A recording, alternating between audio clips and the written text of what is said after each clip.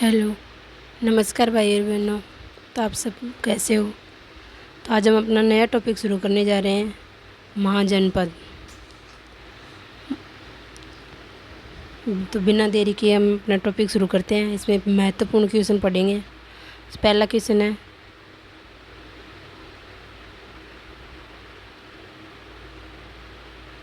हमारा पहला क्वेश्चन है, 16 महाजनपदों का उल्लेख किस में मिलता है? कौन सी ग्रंथ में मिलता है?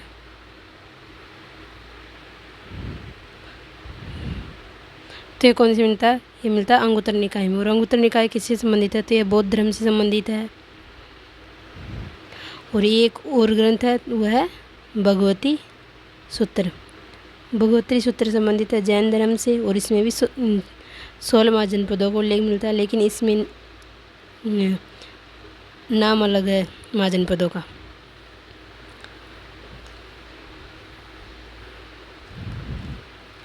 अगला क्वेश्चन हमारा, बिंबिसार के समय में मगध को राजधानी कौन सी थी? तो बिंबिसार के समय मगध की राजधानी कौन सी थी? तो यह थी राजगृह।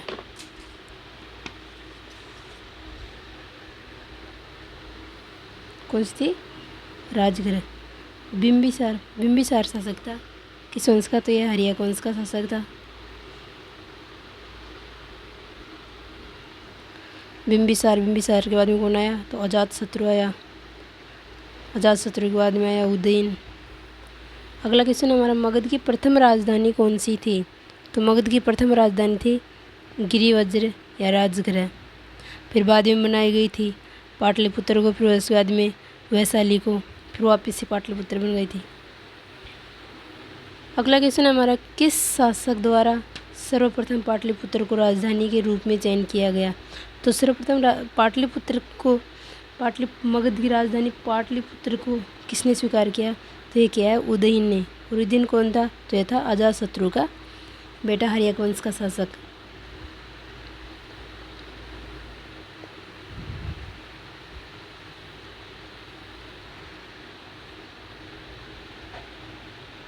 अगला क्वेश्चन हमारा, प्रथम मगध साम्राज्य का उत्कर्ष किस सदी में हुआ? तो प्रथम मगध साम्राज्य का उत्कर्ष हुआ है, प्रथम मगध साम्राज्य का उत्कर्ष हुआ था 6ठी शताब्दी ईसा पूर्व। महात्मा बुद्ध के जन्म से पूर्व में हुआ था ये। अगला क्वेश्चन हमारा, निम्न में से कौन सा एक ईसा पूर्व 6ठी सदी में प्रारंभ में भारत का सर्वाधिक शक्तिशाली नगर राज्य था? तो ये सबसे शक्तिशाली नगर था मगध है। पटना शहर का पुराना नाम क्या है? तो पटना शहर का पुराना नाम है पाटलिपुत्र, जो मगध की राजधानी रहा।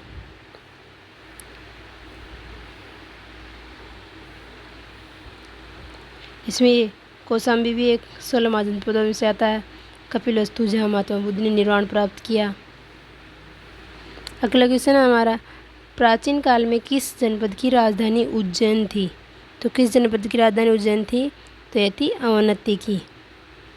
और अवंती जनपद भी 2 भागों में बट रहा था, एक तो उत्तरी अवंती और एक दक्षिण अवंती।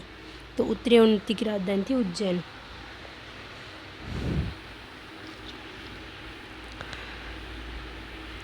अगला क्वेश्चन हमारा, 16 महाजनपदों में से कौन सा एकमात्र ऐसा जनपद था जो दक्षिण भारत में गोदावरी नदी के तट पर स्थित था? तो यह था अस्मक। और यह अस्मक एकमात्र जनपद था जो दक्षिण भारत में स्थित था, और यह आंध्र प्रदेश में है गोदावरी नदी तट पर। और बाकी 15 महाजनपद सभी उत्तर भारत में स्थित हैं।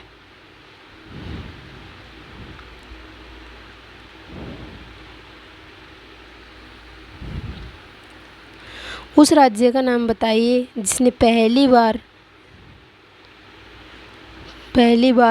युद्ध में हाथियों का इस्तेमाल किया। तो यह पहली बार हाथियों का इस्तेमाल किया था मगध में, और ये कलिंग युद्ध में।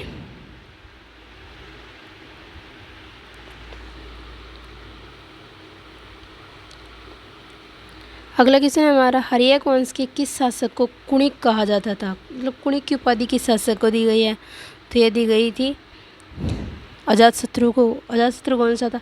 ये बिंबिसार का पुत्र था अजातशत्रु, और अजातशत्रु का था उदयन। अगला क्वेश्चन हमारा, उज्जैन का प्राचीन नाम क्या था? तो उज्जैन का प्राचीन नाम था अवंतिका।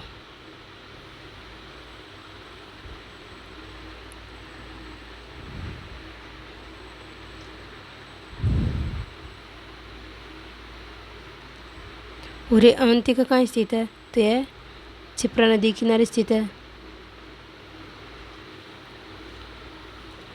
अगला क्वेश्चन हमारा, शिशुनाग वंश का वह कौन सा शासक था जिसके समय में वैशाली में द्वितीय बौद्ध संगीति का आयोजन किया गया था और उसे काकवर्ण के नाम से भी जाना जाता है? तो ये कौन था? तो ये था कालाशोक। बौद्ध संगीति कितनी हुई? तो बौद्ध संगीति 4 हुई है। पहली हुई है 483 ईसा पूर्व में, दूसरी हुई थी 383 ईसा पूर्व में, तीसरी हुई थी 251 ईसा पूर्व में और चौथी हुई थी पहली शताब्दी 112 ईसा पूर्व ईस्वी में मानी जाती है इसको।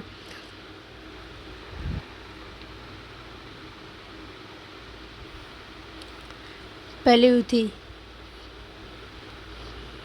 थी बिंबिसार के समय, दूसरी हुई थी कालाशोक, तीसरी हुई थी अशोक और चौथी हुई थी कुषाण वंश के शासक के टाइम पे।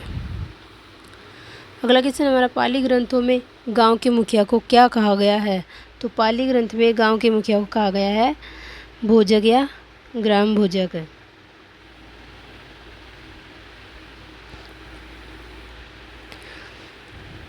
अगला क्वेश्चन पढ़ते हैं, निम्नलिखित में से कौन एक मगध साम्राज्य की राजधानी नहीं रही?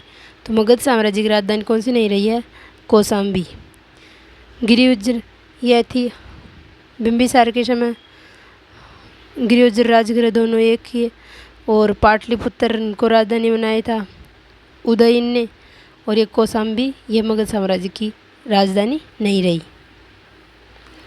अगला क्वेश्चन है हमारा, विश्व का पहला गणतंत्र वैशाली में किसके द्वारा स्थापित किया गया था? तो वैशाली में पहला गणतंत्र किसके द्वारा स्थापित किया गया था? तो किया गया था लिच्छवी के द्वारा।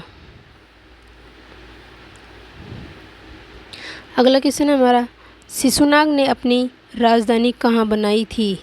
तो शिशुनाग ने अपनी राजधानी कहाँ बनाई? तो शिशुनाग ने अपनी राजधानी बनाई थी वैशाली को।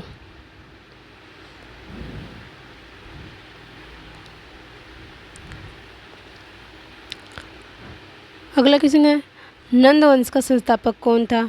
तो नंद वंश का संस्थापक था महापद नंद, और अंतिम शासक कौन था? यह था धनानंद।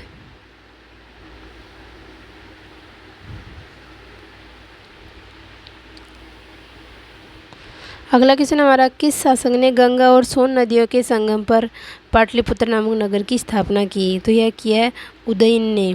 उदयन हर्यक वंश का शासक था ये। तो इसने गंगा और सोन नदियों के संगम पर पाटलिपुत्र नामक नगर की स्थापना की और इसको मगध की राजधानी बनाया पाटलिपुत्र को उदयन ने।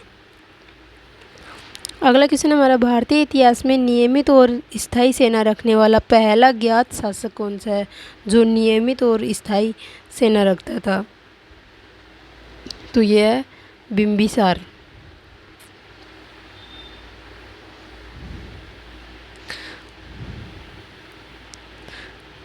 अगला क्वेश्चन हमारा, कौन सा वंश भारत में पितृहंता वंश के रूप में जाना जाता है? तो पितृहंता रूप में जाना जाता है हर्यक वंश। हर्यक वंश में इसके शासक थे पहले बिंबिसार, फिर अजातशत्रु, फिर उदयन हुए। तो अजातशत्रु ने बिंबिसार की हत्या करके अजातशत्रु गद्दी पर बैठा, उसी प्रकार उदयन ने अजातशत्रु की हत्या की और गद्दी पर बैठा। तो इस प्रकार इसको एक पितृहंता वंश के रूप में भी जाना जाता है हर्यक वंश को। अगला क्वेश्चन हमारा, सिकंदर के आक्रमण के समय उत्तर भारत में निम्नलिखित राजवंशों में से किस एक का शासक था? तो उत्तर भारत में किसका शासक था? तो यह था नंद वंश का। और नंद वंश के उस टाइम शासक कौन थे? तो ये थे धनानंद।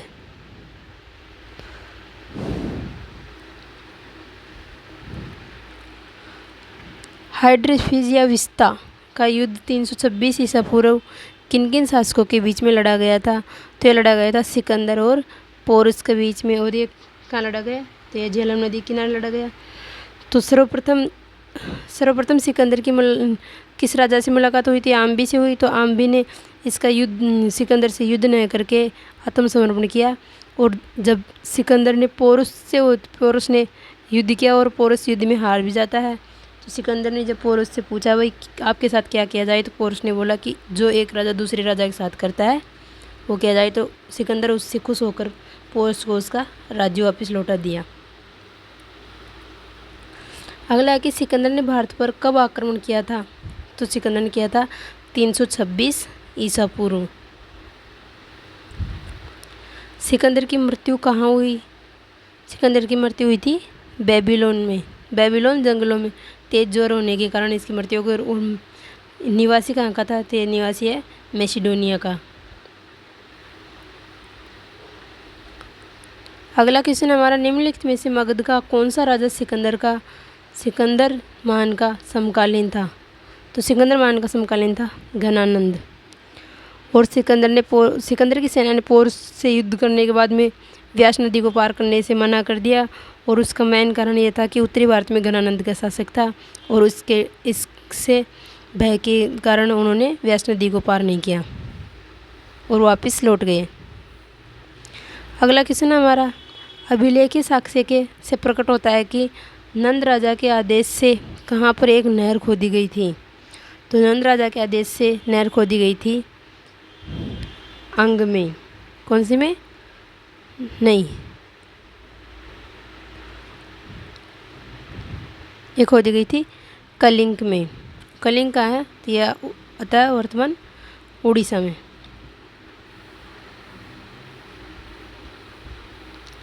अगला क्वेश्चन हमारा, महाजनपद युग में मगध सबसे आक्रामक महाजनपद में के रूप में उभरा। मगध के साम्राज्य विस्तार का पहला शिकार कौन सा महाजनपद हुआ? तो पहला शिकार हुआ था ये अंग को सर्वप्रथम मगध में मिलाया गया था।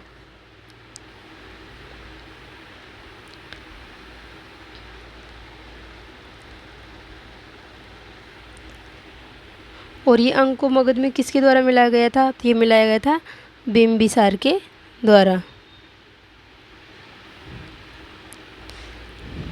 अगला क्वेश्चन हमारा, मगध साम्राज्य का अंतिम विस्तार कलिंग विजय के रूप में था। इसकी शुरुआत किस राज्य से हुई थी? तो यह हुई थी अंग से। और कलिंग विजय के रूप में थी। तो कलिंग युद्ध कब लड़ा गया था? तो ये लड़ा गया था 261 ईसा पूर्व में। और किसके समय लड़ा गया था? तो यह अशोक के लड़ा गया था अशोक के समय। और कलिंग युद्ध के बाद में अशोक ने एक घोर रक्तपात देखकर एक खुक्कार राजा से एक साधारण बन के इसने बौद्ध धर्म को स्वीकार कर लिया। अगला क्वेश्चन हमारा, नंद वंश का अंतिम शासक कौन था? तो नंद वंश का अंतिम शासक था धनानंद। और प्रथम कौन था? पद्मनंद। तो आज का टॉपिक हमारा यहीं समाप्त होता है। फिर मिलेंगे एक नए वीडियो के साथ। जब तक के लिए जय हिंद, जय भारत।